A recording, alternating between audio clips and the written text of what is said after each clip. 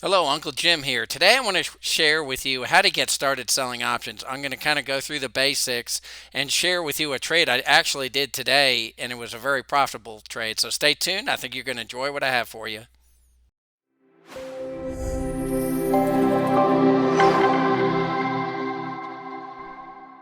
Now, before I jump into the details of this video, I do want to share kind of a market update, or at least my take, my 2 cents related to the market. I do feel like we have hit a bottom back early October, and it doesn't mean we're gonna, you know, shoot for the stars. My guess is we're going to be kind of up and down. We're going to have good weeks and bad weeks, probably related to what the Fed decides. Right now, with the latest CPI coming out showing less inflation, the hope is that the Fed does a smaller rate increase in December, hopefully a 0.5%, and then the one after that maybe a 0.25%. Now, if the Fed changes that, things are off the table. But I do believe, like I said a minute ago, that we have hit the bottom and that we will be trending upwards. And I think 23 will be kind of a tough year. It'll be kind of a sideways year, but there'll be some good companies out there. There'll be some companies that are still doing well, that are worth investing in, that you can make money. So I think with a sideways environment or market, you can also do quite well with selling options. So with that being said, let's actually jump into the topic today, which is how to get started selling options. And in particular, we're going to talk about put options today, but very similar stuff with call options. But if you are starting out, and I've had a lot of questions recently with people who are literally selling their first options and they're starting with put options, which makes sense because if you have an account with quite a bit of cash, you want to sell a put on something you want to own and earn some cash. So let's jump in and talk about what a put is. So a put is a contract. It's almost like selling insurance. You're selling someone the opportunity to put shares to you. So to give you, for instance, if say you've got a stock like Cisco that's $50 and you'd be willing to buy it at 45, well, you can sell an option contract sometime in the future, and people will pay you for that ability to sell you those shares at $45. So they'll give you some premium in advance of actually putting those to you. And so your hope is, either to have it assigned to you at that price you want to own those shares, or to just pick up the premium and then the next month or next quarter, depending on how long you do the expiration, you could continue to earn premium, trying to pick up those shares. So that's kind of the basics of what the definition of a put is. But before you actually jump into details with selling puts, it's also very important to realize you really need to stick to quality, affordable companies. So companies that are making good money, that are paying dividends, that are growing, that are healthy, don't have a lot of debt, especially in this higher interest rate environment that we're in, and that are affordable. It's some stocks may not be as affordable as others, like Microsoft, as I think it's around $240. That's a lot more expensive than, say, a Cisco, which is around 45 or $50, or a Intel, which is like $40. And I don't mean you shouldn't potentially look at something like a Microsoft, but whenever you sell options, they're always in 100 increments, so you would need to be able to purchase 100 shares at that price you want to pick it up at. So if Microsoft is $240, you would need $24,000 in your account to pick up 100 shares of Microsoft. Now, for someone or something like Cisco or Intel, we'll use the example of Cisco again at 45. I believe it's pretty close to 45 currently. You would only need to buy 100 shares, which would be about $4,500, compared to again 24,000 for a company like Microsoft. So it's a little bit easier on the budget, and it's a little safer in my mind to kind of get started. So, and then you need to pick a good strike. Now, what is a strike? So what happens is that price you want to buy the stock at. So again, let's use Cisco, and we'll just use the example that Cisco's at 50, but you want to own it at 45. Well, that $45 is the strike. So whenever you sell an option, you designate the strike price and the expiration. So you would say, I want to see if I can pick up Cisco at 45, and let's do it for 30 days. So I'm willing to sell a contract that goes 30 days out. And, if the price of Cisco goes below that 45 or hits 45 and goes below, then most likely it would be put to me by the person who bought that contract. And you might wonder, well, why do a lot of people buy those put contracts? And it's for safety. So if you, like, I own a lot of positions of Coca-Cola or a lot of shares of Coca-Cola. I bought puts in the past to protect me on the downside. So if I think the market is going to go down, I might buy puts.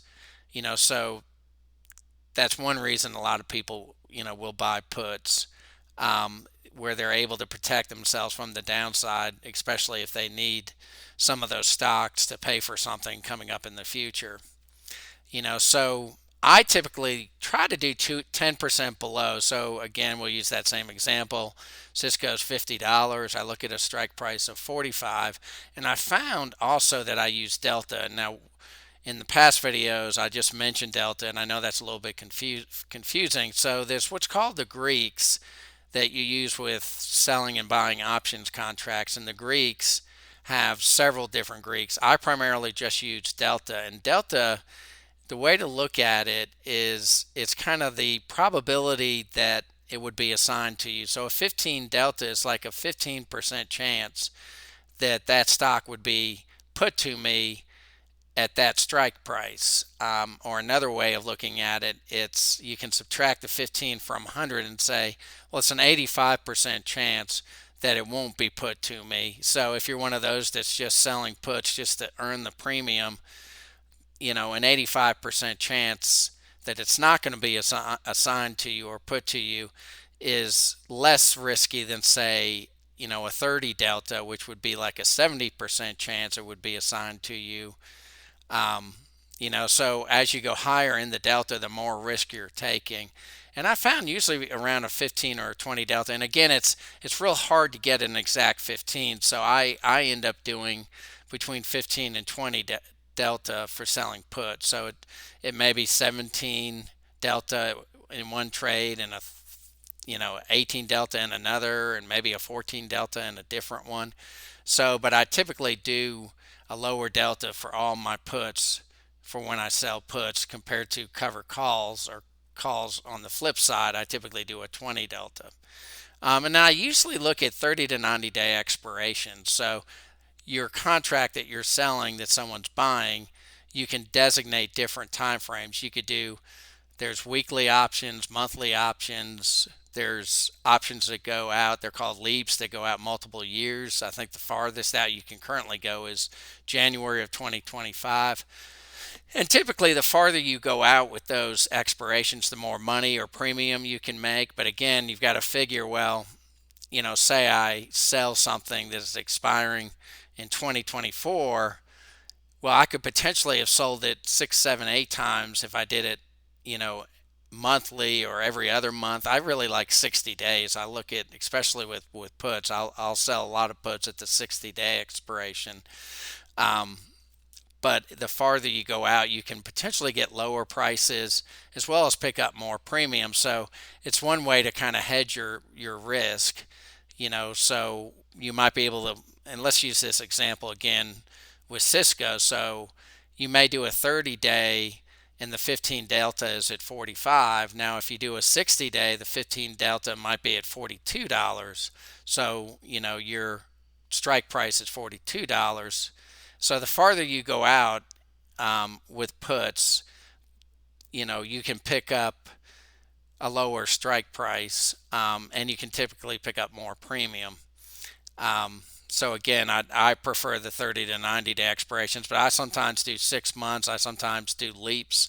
I kind of balance it out. I also don't like to have too much expiring on any particular expiration. So, if I have more than 3 or 4 positions expiring on a specific day, you know, I'll look at other expirations versus, doing more. I don't want too much expiring at the same time. And then and I encourage you, if you're just getting started, stick with one contract. You'll find other creators on YouTube that share, oh, do 5 contracts, do 10 contracts. Until you understand what you're doing and you've gotten used to doing the contracts, stick with one. And that's what I did. I started with one contract, and you know, I over time went to two, and sometimes I'll do three. But again, it relates to a lot to the price of the security. So if it's a $15 security, well, I may do 3 contracts. I especially have done that with Ford and some of the other inexpensive companies. So start with fewer contracts. Don't take too much risk, and don't do things on margin. Um, Always, I like to do it where it's cash secured or covered for calls, meaning you either own the stock or you have the cash to buy the stock. I don't use margin, and typically do not do anything naked. And naked simply means you don't have the cash to pay for it. You're literally using margin and hoping that the contract breaks in your favor. So you can get in a lot of trouble by doing things naked and using margin. You could end up with big big amounts of losses and big debts and margin calls. So I encourage you again to stay away from naked and stay away from using margin. Um, so that's primarily it. I know I went over this stuff fairly quickly. I'm going to go back over it again in this demo and share with you a trade I did earlier today that, again, it was a very profitable trade. So stay tuned. I do want to mention now, please subscribe, hit that like button. If you want to take a look at my memberships, I'll have links below. I have 2 different memberships, Patreon memberships. I share all my trades, I share my spreadsheets. I help people one-on-one. If you do the higher membership, I provide 15-minute one-on-one Zoom calls with me every week. So if it might be worth your while, take a look. Everything will be down below in the description. So that being said, let's jump into the next part of the video. Okay, this is the trade I actually did this morning, or I think it was around 11 a.m., and it was on Devon Energy, which is one of the favorite companies I like to work with. It's a company don't mind owning, or we wouldn't mind owning. They pay a good dividend. I think it may be as high as 6-7%. They have good financials, and overall, it's just a good company. One of those that I suggest that people look at potentially for owning, and especially for selling puts on. So here you can actually see the options chain. So for any of the options, you can that are optionable, meaning you can actually sell options related to the company, and you can't do it for all of them, but most of the big companies you can. So this is the options chains. I'm showing the Greeks. It's a custom expiration. I'm looking at actually December 16th, and I'm showing 8 strikes. So here you can see the different Greeks. So you've got Delta, Gamma, Theta, Vega. We're only going to worry about Delta, and again, Delta for this trade is 0.188. So this is like an 1819 Delta. So it's like a 19% chance that it might get put to me, or the opposite way of looking at it, it's like an 81% chance that it will expire outside the money, meaning the price of Devon Energy would never hit 60 or go below. So so that's pretty much how that works. You can select different expirations. I found some pretty good premium here. You can see the bid and ask is between 108 and 114. So a good amount of premium. That's what I typically like to see. And then I also see here at $50, which again is gives you a spread of about $10. So, and it's inexpensive in my mind. Between $18 and $23 is what I would pay for it. So I've already kind of decided that I would do a vertical put credit spread, meaning I would sell the 60 and buy the 50, and I would spend probably between the bid and ask. And again, I like to do market trades, so between 108 and 23. So I'd end up paying 23 for the 50 and getting 108. So which what is that, about 80 cents, I guess, a little bit more than 80 cents that I would pick up per contract. And I typically do two contracts, but again, like I mentioned before, I would stick to one when you're first starting out. So let's actually jump in. And so here's my actual trade, and you can see there Devon Energy is actually down almost $2, 2.59%. So it's currently 69.49. And here you can see my two trades. So here's the sell to open, which is the short at $60. And here you can see the bid and ask. And then here's the buy to open, the $50 between $18 and $23. And it's showing that I would pick up around $180. Oops, I jumped ahead. Let's go back. So that's what I decided to do. I decided to do two contracts. And again, here you've got the security, the date it's expiring, the two different strikes, the 60 and the 50. They're both puts. Up here you can see it's a vertical put for the strategy, and all the strategies are represented.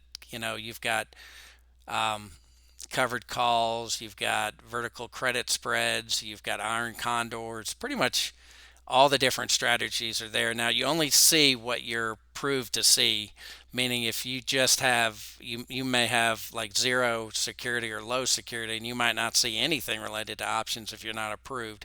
And to get approved, it's relatively simple. You just need to contact your broker. For Schwab, you can call them, or you can actually access it online and set up the approval. I found it was easier just to call, and they walked me through.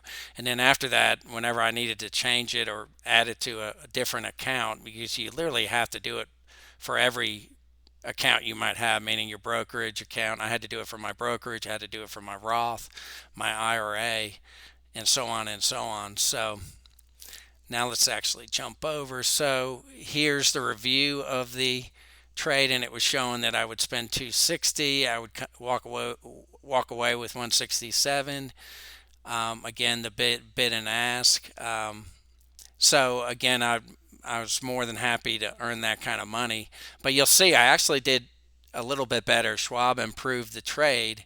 So if we go over to the status, and this is after it actually went through, and so I paid 20 to buy the put, the $50 put, and I earned $1.10. So I did improvement on both sides, because I was thinking 23, and I can't remember. It might have been, well, we can go back. Let's see what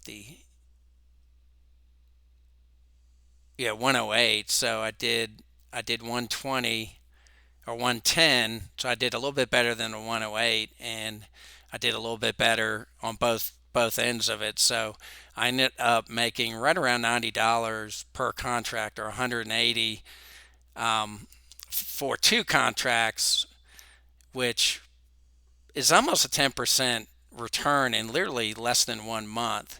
So, and again, Devon is a great company, one I want to own. And with the market being down, you could see it's not as down as it was earlier today, but it is still down, and it was one of the companies that I saw some really good premium. One of the other common principles that, if you're going to be selling puts and calls, typically on a down day where the market's down quite a bit, it's a good day for selling puts. When the market's up and, stocks are up, or a company has good earnings and they're way up, it typically is a really good day for covered calls or calls. So that's the trade I did. Again, Devon Energy is a great company to look at. Hopefully this is a little bit easier to understand. My advice is just get started, make your first trade.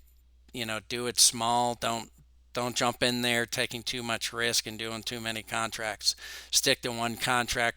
Pick a company you want to own that's a good company, that is making money, is paying dividends, and go for it. Once you've done it once, you'll get used to it, and once you've started to do it, by your fourth or fifth trade, it'll be almost real basic for you. You'll begin to understand the terminology a little better, and it won't be so confusing. So hope you enjoyed that. Thanks for joining me, and I hope you have a wonderful day.